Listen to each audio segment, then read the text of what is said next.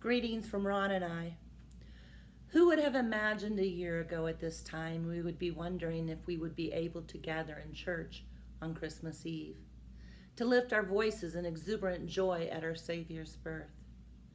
Who would have imagined social distancing, sharing the peace with one another with a wave or hand over our heart rather than shaking hands or a hug? And who would have imagined wearing face masks to protect us from a deadly virus? I've heard people time and time again say they can't wait for this year to be over. Worst year ever. But as Christians, maybe what we have learned is how very little we need to survive other than Christ.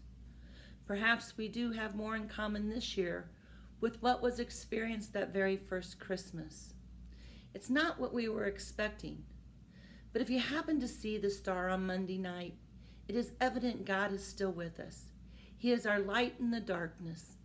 Christmas isn't God accommodating himself to our expectations and comforts, but our learning to do his will, his way. Whatever COVID may take from us, it can't take Christ from us.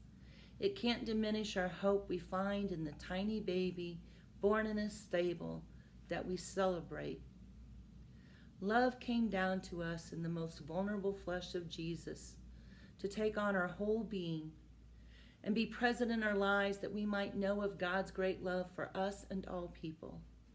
And knowing this, for us to always seek the light that gives us hope.